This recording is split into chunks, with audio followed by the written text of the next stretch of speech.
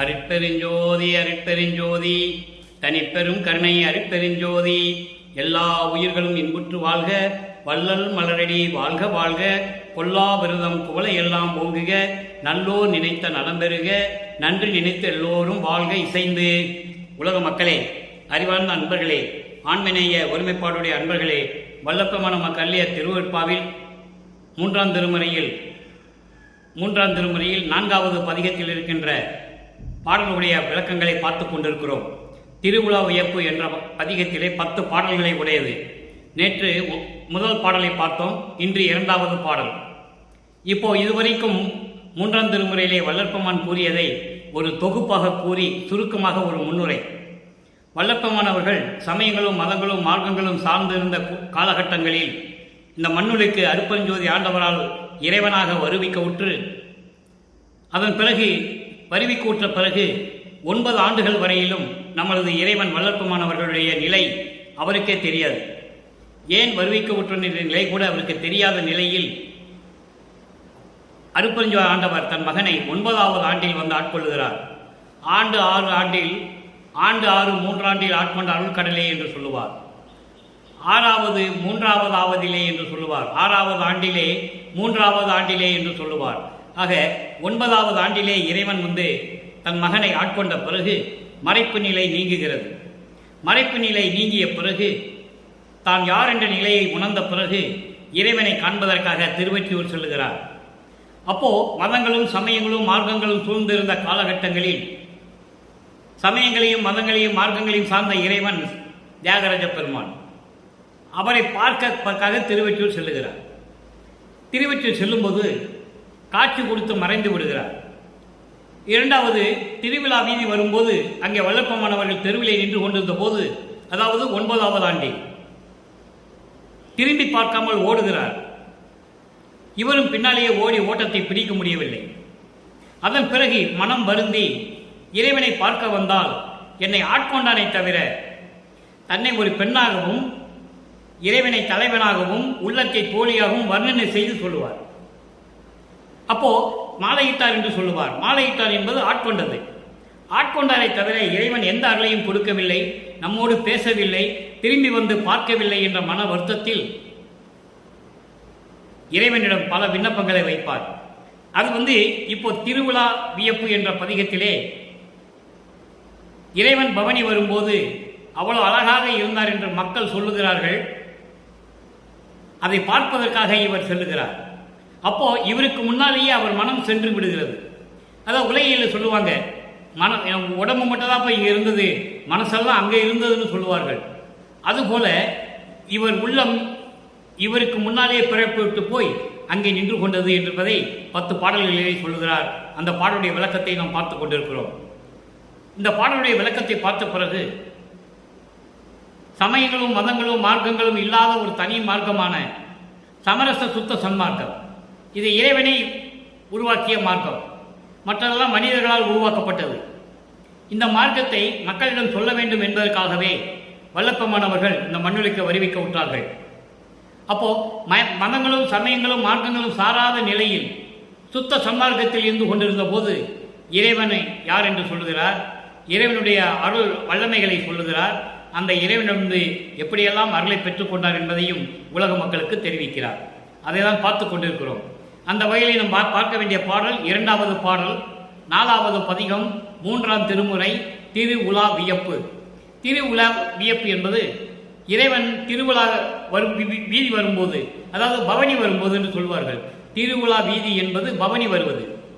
அப்படி இறைவன் பவனி வரும்போது இறைவனுடைய அந்த தேகத்தையும் அவருடைய உலாவ வரும்போது இருக்கின்ற அந்த ஊர்வலத்தையும் பார்க்கும்போது எப்படியெல்லாம் வியப்பாக இருந்தது என்பதை தான் திருவிழா வியப்பிலே நமக்கு அருளி இருக்கிறார்கள் நமது இறைவன் வல்லப்பமானவர்கள்.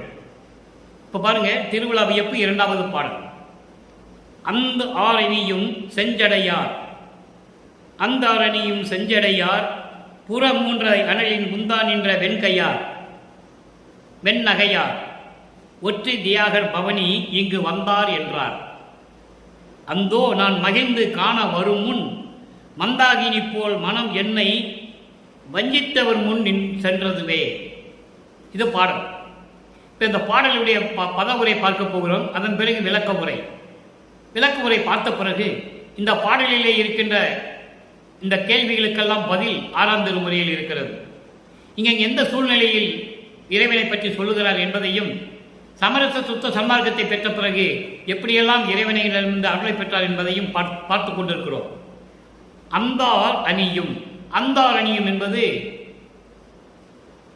அதாவது மலர்கள் சூடிய ஒரு மாலை. எந்த மாலை என்பது கொன்றை மலர். அந்து ஆர் அணியும், கொன்றை மலர்களை சூடிய அந்த மாலையை அணிந்து கொண்டு செஞ்சடையார், சிவந்த சடையை உடையவர், அடையார் புற மூன்றவை, அதாவது முப்புறம் எரித்தவர் என்று சொல்லுவார்கள். அப்படி முப்புறத்தை எரித்த அனலின் குந்தான் என்ற எரித்து சாம்பலாக்கிய, முப்புறத்தையும் அரக்கர்களுடைய முப்புறத்தையும் எரித்து 3 கோட்டைகளையும் எரித்து சாம்பலாக்கிய வெண்ணகையார். வெண்ணகையார் என்பது புன்னகையால், வெண்ணகை என்பது புன்னகை.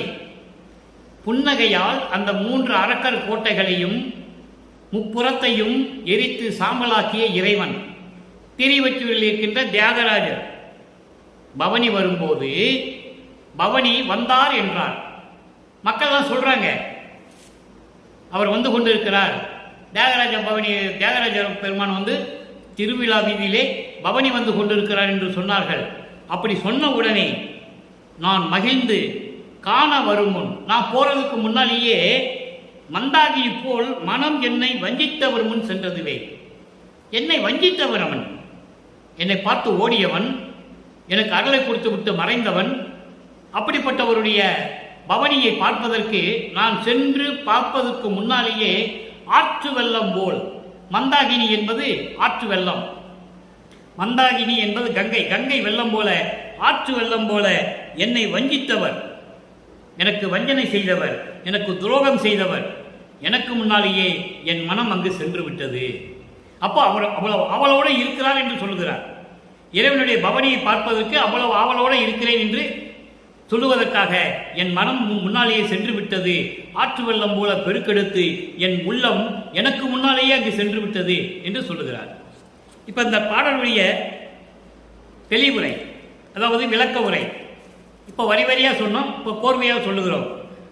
அழகிய கொன்றை மலர் மாலை சூடியவர் செஞ்சடையார், செந்நிய நிறமுள்ள சடையை உடையவர், யாரும் செய்ய முடியாத 3 முப்புறங்களையும், அதாவது 3 கோட்டைகள், அதாவது தாராசுரன் என்ற ஒரு அரக்கன், தாரகாசுரன் என்ற ஒரு அரக்கன், அவனுக்கு 3 குழந்தைகள், அதாவது 3 பிள்ளைகள். எப்படின்னா வித்துன்மாலி, வித்துன்மாலி என்பது பொன் கோட்டையை கட்டியவன், தங்கத்தாலேயே கோட்டையை கட்டி உள்ள ஒளிஞ்சிருக்கான். அப்பப்போ வெளியே வந்து மக்களை துன்புறுத்துவான், தேவர்களை. அடுத்து தாரகாட்சன், அவன் வெள்ளிக்கோட்டையை கட்டி கொண்டு அங்கே உள்ள இருப்பான் பாதுகாப்பாக. அதுக்கப்புறமே கமலாட்சன், அவன் இரும்பு கோட்டையை கட்டி கொண்டு உள்ளே இருக்கிறான். இந்த 3 கோட்டைகளும் தான் முப்புறம் என்று சொல்லுவார்கள். இந்த முப்புறத்தையும் புன்னகையால் எரித்தவர். எத்தனையோ பேர் போராடி கொண்டிருந்தார்கள் அவர்களை அழிப்பதற்காக, யாராலும் முடியவில்லை. அப்போ இவர் செல்லுகிறார், இவர் சென்று 3 புறங்களையும் அழிக்கிறார். எப்படி? புன்னகையாலேயே முப்புறங்களையும் எரித்து சாம்பலாக்கியவர். இது புராணங்களிலே உண்டு, அதை வல்லப்பமான் இங்கே குறிப்பிட்டு சொல்லுகிறார். அழகிய கொன்றை மலர் சூடிய செஞ்சடையார்.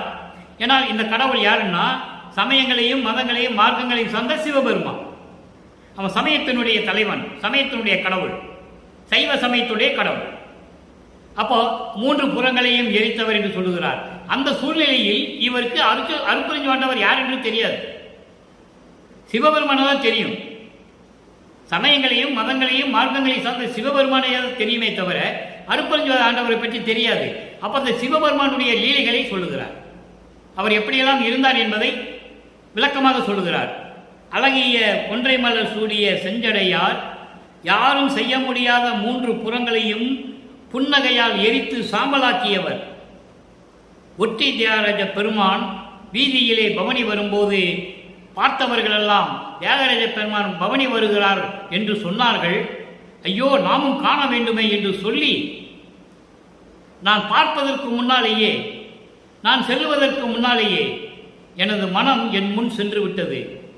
என்னை வஞ்சித்தவரை பார்ப்பதற்காக, என்னை ஆட்கொண்டு விட்டு மறைப்பு நிலையை நீக்காமல் சென்றுவிட்டு எந்த அருளையும் கொடுக்காமல் எனக்கு வஞ்சனை செய்துவிட்டு சென்ற அந்த வஞ்சகரை பார்ப்பதற்காக எனது மனம் என் முன்னால் சென்று விட்டது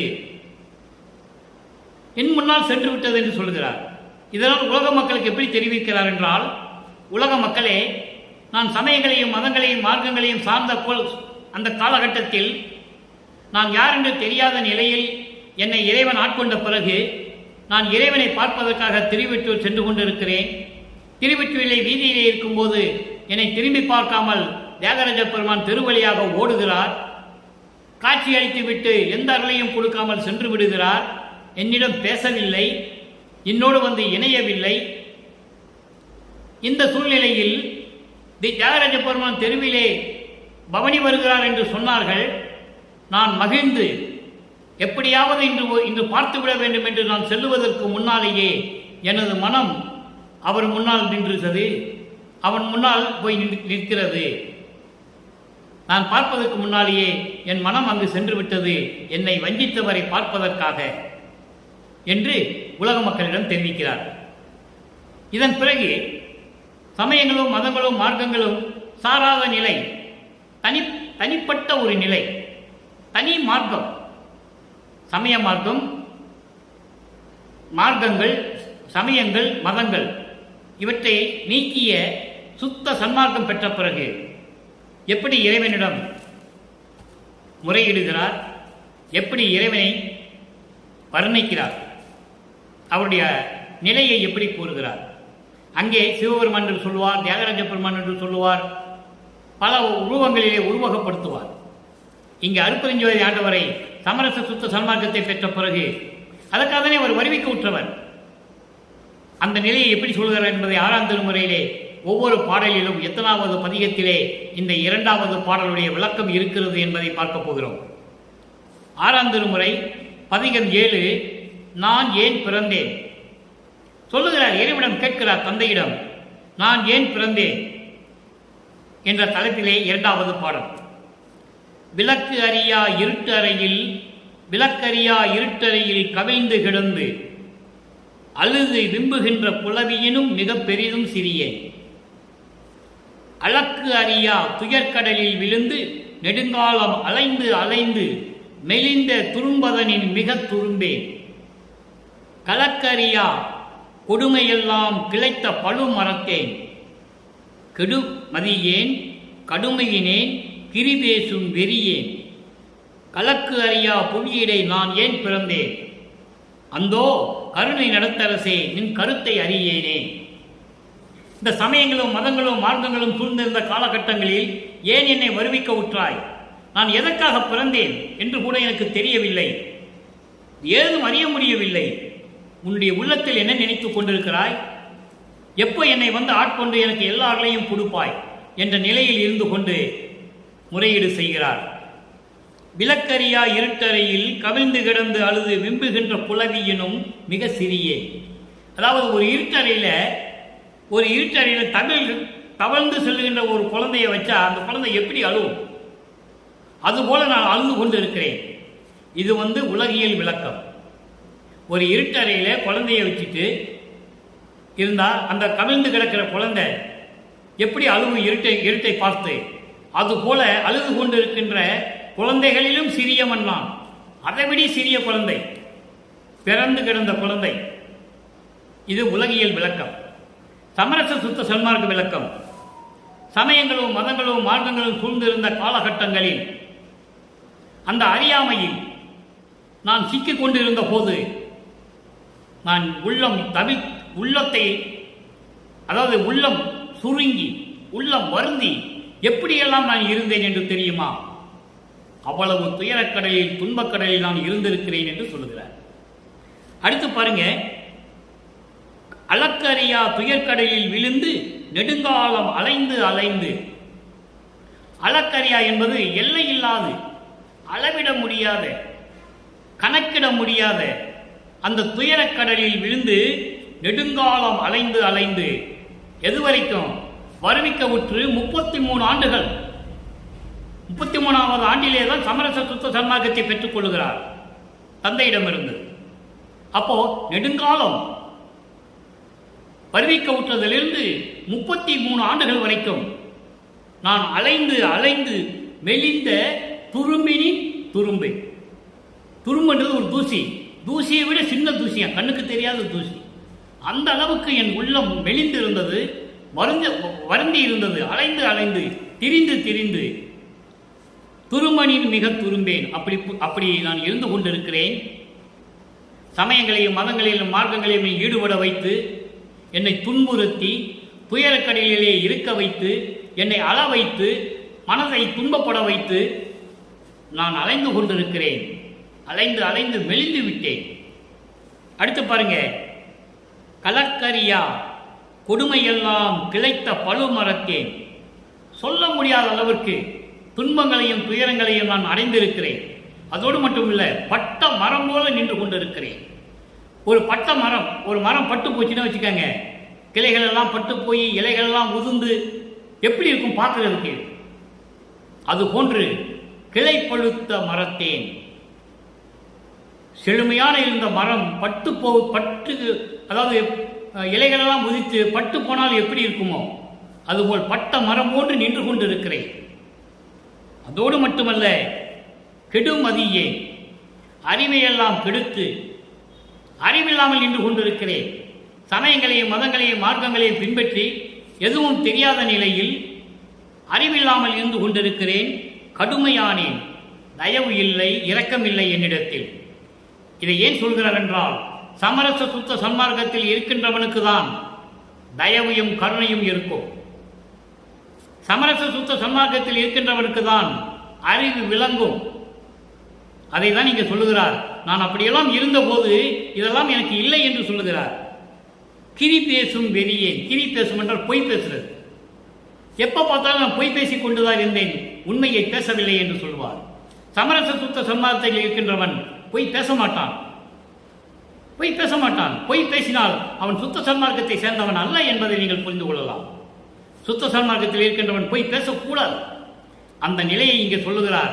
நான் சமயங்களிலும் மதங்களிலும் மார்க்கங்களில் இருந்தபோது பொய் பேசிக் கொண்டிருந்தேன், அறிவில்லாமல் திரிந்து கொண்டிருந்தேன், தயவும் இரக்கம் இல்லாமல் இருந்து கொண்டிருந்தேன்.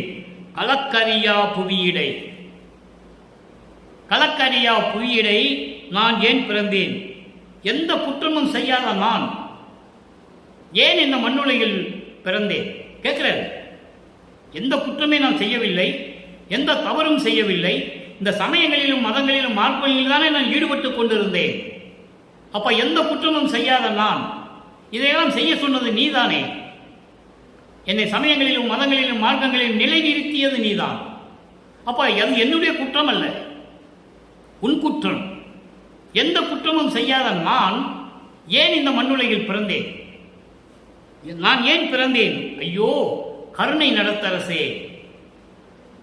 கருணையோடு அருளாட்சி செய்து கொண்டு அருளடனம் செய்து கொண்டிருக்கின்ற அருப்பெருஞ்சோதியே, நின் கருத்தை அறியேனே. நீ என்னதான் நினைத்துக் கொண்டிருக்கிறாய் என்னை பற்றி?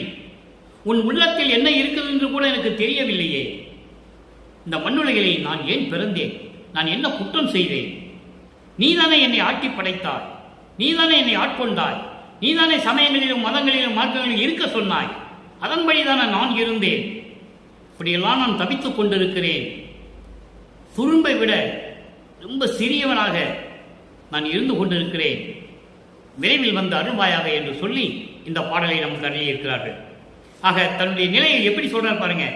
சமயங்களிலும் மதங்களிலும் மார்க்கங்களிலும் இருக்கும்போது அவருக்கு எதுவும் தெரியாது. இதெல்லாம் பெற்ற பிறகு இறைவனிடம் கேட்கிறார், நான் ஏன் இந்த மண்ணுலகில் பிறந்தேன்? நான் என்ன குற்றம் செய்தேன் என்று கேட்கிறார். அடுத்து 10வது பதிகம் அடையார் பேரு.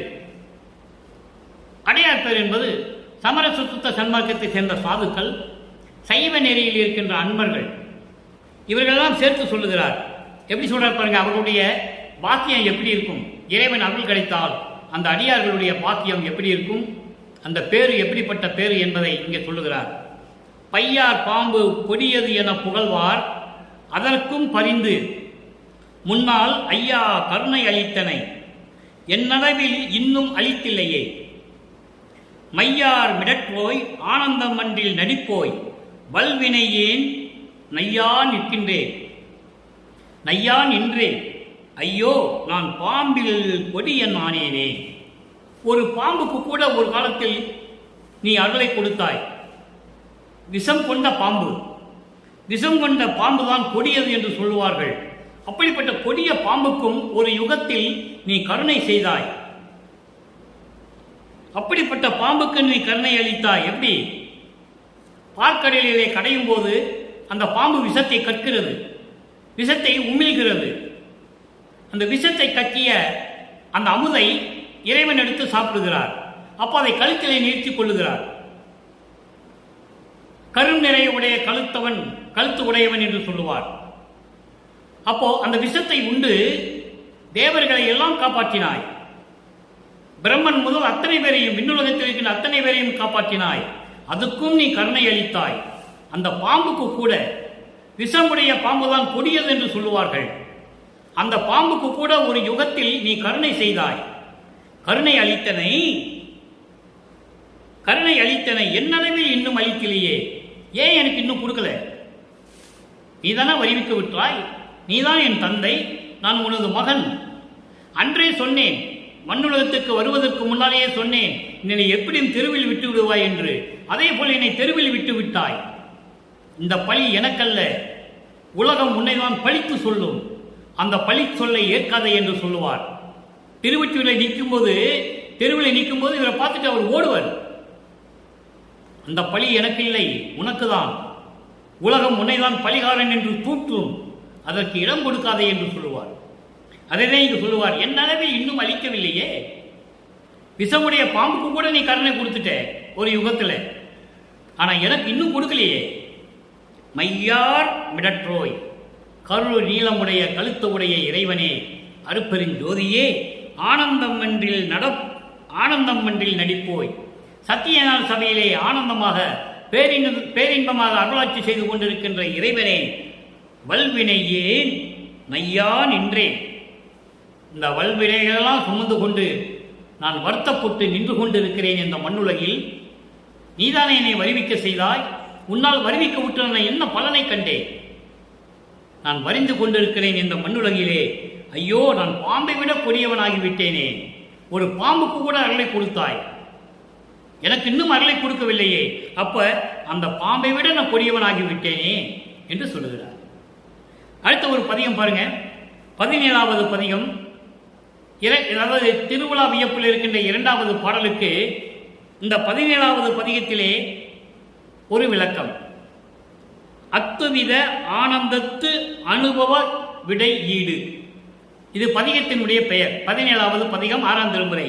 அதனுடைய விளக்கம் என்னவென்றால், ஒளிமயமாகும் ஆனந்த அனுபவத்தின் எல்லை இணையற்றது.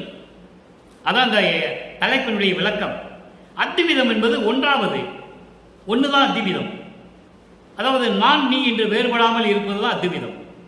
அப்ப நானும் நீ வேறு வேறு அல்ல, ஒன்றுதான் என்பது இறைவன் மகனோட இரண்டரை கலந்து கொள்வது. வளர்ப்பமான அருப்பஞ்சாண்டு வேறு வேறு அல்ல, ரெண்டு ஒண்ணுதான். அந்த நிலையை சொல்லுவதுதான் அத்துவிதம். அப்படி அந்த அத்துவிதத்திலே ஒரு பாடல் பாருங்க. கரணமெல்லாம் கரைந்த தனி கரை காண்பது உலகோ. எப்படி சொல்ற பாருங்க, கரணம் எல்லாம் கரைந்த தனி கரை காண்பது உலகோ. கரணம் என்பது அந்த கரணங்கள், அந்த கரணம் என்பது மனம், சித்தம், புத்தி, அகங்காரம். இதெல்லாம் கடந்து, இதெல்லாம் நீக்கி, இந்த அந்த கரணங்களை எல்லாம் நீக்கி தனிக்கரை காண்பது உலகோ. அப்ப இந்த எல்லையெல்லாம் கடந்த பிறகு ஒரு எல்லை இருக்க வேண்டும். அந்த எல்லையை காண்பது எப்படி? காண வேண்டி இருக்கிறதோ, பார்க்க வேண்டி உள்ளதோ, அந்த கரணங்களையும் கடக்க வேண்டும். தத்துவங்களிலே அது ஒரு பகுதி. அந்த கரணங்கள் மனம், சித்தம், புத்தி, அகங்காரம், இந்த கரணங்களை எல்லாம் கடந்து தனி எல்லையை ஒன்றை பார்க்க வேண்டும். பார்ப்பதற்கு இருக்கிறதோ, காண்பது உள்ளதோ, அப்படி பார்க்க இருக்கிறதோ, அந்த கரையை கண்ட பொழுது, அந்த எல்லையை கடந்த பொழுது, அந்த கரணங்களை நீக்கி அதற்கு மேல் இருக்கின்ற ஒரு நிலையை பார்க்க வேண்டி அந்த எல்லைகளையும் கடந்து கரை கண்ட பொழுது, அந்த எல்லைகளையும் கண்ட பொழுது என்னையும் கண்டு தெளிவேனோ, நான் யார் என்ற நிலையை தெரிந்து கொள்ள முடியுமா? அப்பதான் எனக்கு தெளிவு கிடைக்குமோ? எவ்வளவு அழகா சொல்ற பாருங்க. அப்போ ஒரு நிலையை அடையும் போது எப்படிப்பட்ட நிலைகளை கடக்க வேண்டும் என்று சொல்கிறார். அந்த கரணங்களை கடந்து அதுக்கப்புறம் ஒரு எல்லை இருக்கிறதை பார்த்து அந்த எல்லையும் கடந்த பிறகு நான் தெரிந்து கொள்வேனோ, அப்போ அந்த கரணங்களை கடக்க வேண்டும். மனம், சித்தம், புத்தி, அகங்காரம் இதை கடக்க வேண்டும். அடுத்து அரணமெல்லாம் கடந்த திருவருள் வெளி நேர்படுமோ. அரணமெல்லாம் கடந்த என்பது மலங்களை எல்லாம் கடந்து, ஆணவம், கண்மம், மாயை, மாமாயை, இந்த மலங்களை எல்லாம் கடந்த பிறகு ஒரு திருவருள் வெளி நேர்படுமோ. அப்பதான் பார்க்க முடியுமோ, தெரியுமோ. அப்ப மலங்களையும் கடக்க வேண்டும், அந்த கரணங்களை கடக்க வேண்டும், மலங்களையும் கடக்க வேண்டும். அதை தான் சொல்லுகிறார், அரணம் எல்லாம் கடந்த. அரணம் என்பது மலங்கள், ஆணவம், கண்மம், மாயை, மாமாயை, திரோதை, இந்த 5 மலங்களையும் கடந்தவன் இந்த பிரபஞ்சத்தில் யாருமே இல்லை. அருப்பஞ்சோதி ஆண்டவருக்கு அப்புறம் வள்ளல் பெருமான் தான்.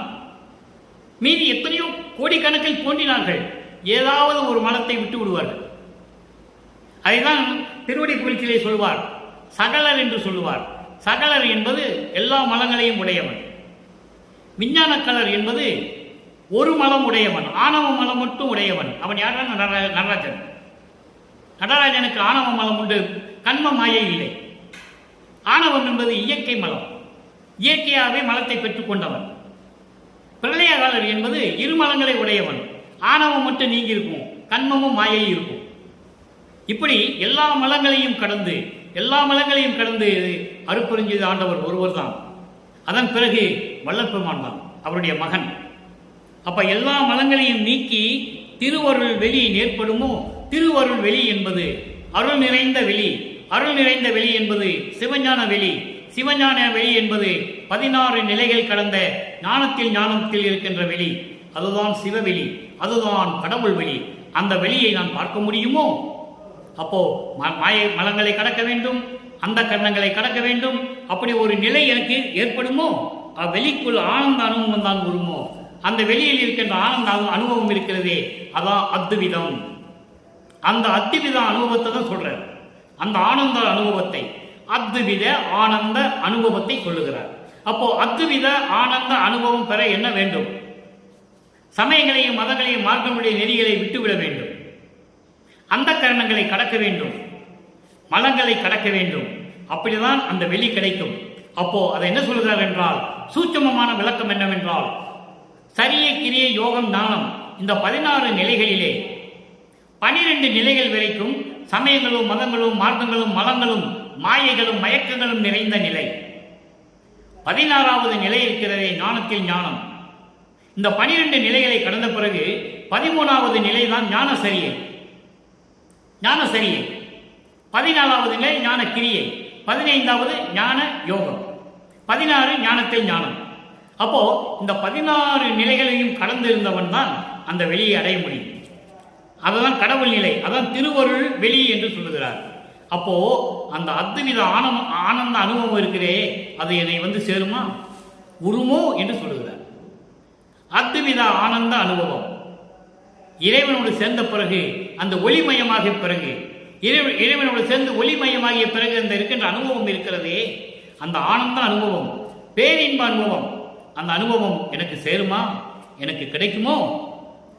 அடுத்து சொல்றார் பாருங்க, மரணமெல்லாம் தவிர்த்து சிவமயமாகி நிறைதல் வாய்த்திடுமோ. மரணம் தவிர்த்து மரணமில்லா பெருவாழ்வில் இருந்து கொண்டு சிவமயமாகி நிறைதல், இறைவனோடு ஒன்றாவதல், கடவுள் நிலை அறிந்து அம்மையமாகும். அதான் சொல்றாரு. அப்ப அந்த கடவுள் நிலையை அறிந்து அம்மையமாகிறது ஏம சித்தியை பெற வேண்டும், சாகா கல்வியை பெற வேண்டும், தத்துவங்களை கடக்க வேண்டும். அதுக்கப்புறம் தான் சிவமயமாக முடியும். அதான் கடவுள் நிலை அறிந்து அம்மையமாதல். அதான் இங்க சொல்றாரு, சிவமயமாகி நிறைதல் வாய்த்திடுமோ. அந்த நிலை எனக்கு கிடைக்குமா? மூலமல வாதனையும் போமோ. மூலமல வாதனைகள், இயற்கை மலமாகிய ஆணவம், அதுக்கடுத்து கண்மம், மாயை, மாமாய், துரோதை, இவையெல்லாம் என்னை விட்டு போய்விடுமோ. சரணமெல்லாம் தரமன்றில் திருநடஞ்சை பெருமான், அடைக்கலம் தரக்கூடிய திரு மன்றில் திரு நடன்செய் பெருமான் சத்தியஞான சபையிலே உயிரினங்களுக்கெல்லாம் அடைக்கலம் தரக்கூடிய போற்றத்தக்க நிலையில் இருக்கின்ற அருளோடு விளங்கிக் கொண்டிருக்கின்ற சத்தியஞான சபையிலே அருளாட்சி செய்து கொண்டு அருளடனம் செய்து கொண்டிருக்கின்ற பெருமானே, இதெல்லாம் எனக்கு கிடைக்குமா? தனது திருவுள்ளம் எதுவோ சற்றும் அறிந்திலேனே. அப்பவும் அவர் சொல்றார் பாருங்க, உன் என்னதான் நினைச்சிட்டு இருக்க மனசுல, எனக்கு என்னன்னு தெரியலையே. சமயங்களிலும் மதங்களிலும் மார்க்கங்களில் இருக்க சொன்னாய் இருந்தேன், அது வேண்டாம் மகனை வந்துவிடு என்று சொன்னாய் வந்து விட்டேன். இப்ப வந்த பிறகு எனக்கு எந்த அருளையும் நீ நிலையான அருளை கொடுக்கவில்லையே, இதெல்லாம் எனக்கு கிடைக்குமா என்று சொல்லுகிறார். எவ்வளவு அற்புதமா சொல்றாருன்னு நீங்க பார்த்துக்கணும். அவ்வளவு அற்புதமான நிலைகளாக இருக்கிறது. சும்மா சாதாரண நிலையில போய் இறைவனுடைய நிலையை அறிஞ்சிட முடியாது, கடவுள் நிலையை அறிந்து அம்மையமாக முடியாது. அப்போ அந்த கருணையில கடக்கணும், மலங்களை நீக்கணும், அப்பதான் அந்த சிவவழிக்கு போக முடியும். சிவமயமாகி நிறைய வேண்டும், கடவுள் நிலையை அறிந்து அம்மையமாக வேண்டும், சரிய கிரிய யோகம் என்ற 12 நிலைகளை கடக்க வேண்டும். ஞான சரியிலிருந்து வருது மரணமில்லா பெருவாழ்வு. அதை இங்க சொல்றார், மரணமெல்லாம் தவிர்த்து இந்த சமயங்களையும் மதங்களையும் மார்க்கங்களையும் நிலைகள் கொண்ட இந்த 12 நிலைகளையும் சரிய கிரிய யோகம் என்ற முன்னாங்கு 12 நிலைகளையும் கடந்து மரணத்தை தவிர்த்து மரணமில்லா பெருவாழ்வை பெற்றுக்கொண்டு சிவமயமாகி நிறைய முடியுமோ அந்த வாய்ப்பு எனக்கு கிடைக்குமா? இறைவனிடம் கேட்கிறார். அதன் பிறகு பாருங்க, மூல மல வாதனையும் போமோ, எல்லா மலங்களையும் நீக்கி எனக்கு அந்த நிலையை கொடுப்பாயா?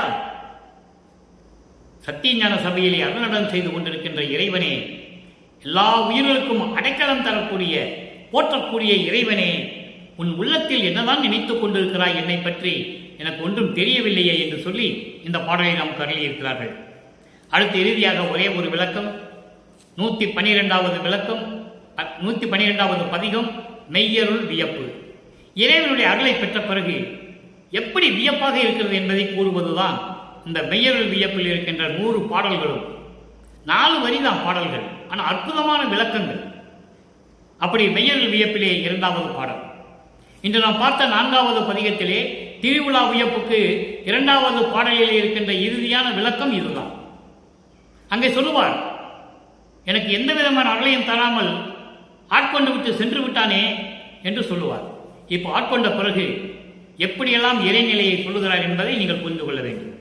இப்போ மெய்யருள் வியப்பில் பாருங்க, நல்லா கவனிச்சுட்டே வரணும். இங்கு ஓர் மலையில்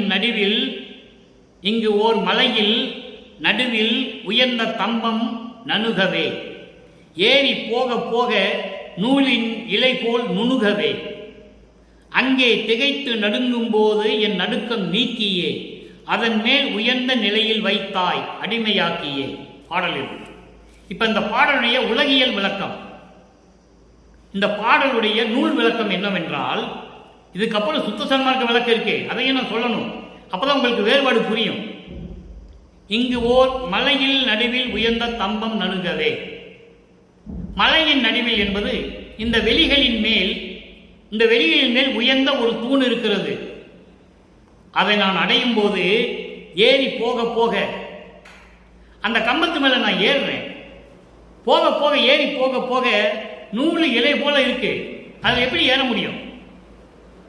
ஏறுறதுக்கு வசதி இருந்தால் ஏறிட்டு போயிட்டே இருக்கலாம். அந்த கம்பத்தில் முனையில அதுக்கப்புறம் போக போக நூல் மாதிரி போயிட்டு இருக்கு, நூலை பிடிச்சு எப்படி ஏறுறது? ஏற முடியாது இல்லை. அப்போ அங்கே திகைத்து நான் நடுங்கும் போது, எப்படி இதில் நம்ம ஏறி போறதுன்னு நடுங்கும் போது அந்த நடுக்கம் நீக்கி அதன் மேல் உயர்ந்த நிலையில், அவர் நடுக்கத்தை நீக்கி இவர் கையோடு கூட்டு போறார் இறைவன். நிலையில் வைத்தாய் அடிமையாக்கியே. இது உலகியல் விளக்கம். சமரச சுத்த சன்மார்க்க விளக்கம் பாருங்க. இங்கு ஓர் மலையில் நடுவில் உயர்ந்த தம்பம் நணுகவே. நான் சமயங்களிலும் மதங்களிலும் மார்க்கங்களில் பின்பற்றிக் கொண்டிருந்த போது எந்த விளக்கமும் எனக்கு தெரியாத நிலையில் என்னை ஆட்கொண்டு விட்டாய். ஆட்கொண்ட பிறகு எனக்கு மறைப்பு நீங்கியது. மறைப்பை நீங்கிய பிறகு உன்னை தேடி வருகிறேன். நான் வருவிக்க விட்டவன் என்ற நிலை எனக்கு தெரிந்த போது நான் தேடி வருகிறேன். அப்போ இந்த சமயங்களையும் மதங்களையும் மார்க்கங்களையும் விட்டுவிட்டு நான் சுத்த சன்மார்க்கத்தை பெற்றுக்கொண்டு அதன் நெறியில் சென்று கொண்டிருக்கிறேன். அதெல்லாம் சொல்றாரு, மலையின் நடுவில் உயர்ந்த தம்பம் ஒன்று இருக்கு. அந்த மலை என்னது? சமரச சுத்த சன்மார்க்கம். அந்த சமரச சுத்த சன்மார்க்கத்தை பிடித்துக் கொண்டு நான் சென்று கொண்டு இருக்கிறேன். கடவுள் நிலையை அடைவதற்காக உலக மக்களுக்கு சொல்றாரு. நீங்க நல்லா கவனிக்கணும். உலக மக்களே, நான் இந்த மண்ணுக்கு வருவிக்க உற்று சமயங்களையும் மதங்களையும் மார்க்கங்களையும் சார்ந்திருந்த நிலையில் திருவெற்றியூரிலே நான் இறைவனை தேடி சென்ற போது என்னை தெருவிலே நிற்க வைத்து ஓடிவிடுகிறார், காட்சி கொடுத்து மறைந்து விடுகிறார், எந்த அருளையும் கொடுக்கவில்லை. அதன் பிறகு என்னை ஆட்கொண்டு சமரச சுத்த சன்மார்க்கத்தை கொடுத்த பிறகு நான் சமயங்களையும் மதங்களையும் மார்க்கங்களையும் விட்டுவிட்டு நான் சமரச சுத்த சன்மார்க்க நெறியில் கடவுள் நிலையை அடைய சென்று கொண்டிருக்கிறேன். அப்பொழுது சென்று கொண்டிருக்கும் போது நான் தத்துவங்களையும் கடந்து விட்டேன், அண்டங்களையும் கடந்து விட்டேன், சரிய கிரிய யோகம் என்ற 12 நிலைகளையும் கடந்து விட்டேன். அந்த நிலையில் நான் சென்று கொண்டிருந்த போது நான் போக போக ஒவ்வொரு நிலைகளையும் கடக்க வைத்து என்னை கொண்டு செல்லுகிறார் எனது இறைவன் அருட்பெருஞ்சோதி. அந்த வழியிலே நானும் சென்று கொண்டிருக்கிறேன். ஏறி போக போக நூல் இலை போல் இருக்கிறது. ஒரு நூல் இலை போல அந்த நிலை, அதுக்கடுத்த நிலையை நான் எப்படி போவது? அப்போ அங்கே திகைத்து நடுங்கும் போது, ஒரு குறிப்பிட்ட எல்லையில் நின்று கொண்டு நான் திகைத்து நடுங்கிக் கொண்டிருந்த போது அந்த நடுக்கத்தை எல்லாம் நீக்கி அதன் மேல் இருக்கின்ற உயர்ந்த நிலையாகிய சிவஞான நிலையில், கடவுள் நிலையில், 16வது நிலையில் என்னை இருக்க வைத்தாய். அப்போ இதிலிருந்து நம்ம என்ன தெரிஞ்சுக்கணும்? எல்லா நிலைகளையும் கடந்து அவர் இறைநிலையை பிடித்துக் கொண்டார். அப்படிப்பட்ட நிலையில் என்னை இருக்க வைத்தாய். அருட்பெருஞ்சோதி சொல்றாரு, உங்க அப்பனை சொல்றாரு. எங்க அப்பா என்ன இந்த உலகத்துக்கு வருவிக்க விட்டு சமயங்களிலும் மதங்களிலும் மார்க்கங்களிலும் நடமாட விட்டாரு. அதன் பிறகு எனக்கு எந்த நிலையும் தெரியாது. ஒரு காலகட்டத்தில் எனக்கு சுத்த சன்மார்க்கத்தை கையில கொடுத்து மகனை இதெல்லாம் விட்டுட்டு வான்றாரு. எப்படி விட்டுட்டு வர்றதுன்னு சொல்றேன்னு நான் கேட்கிறேன்.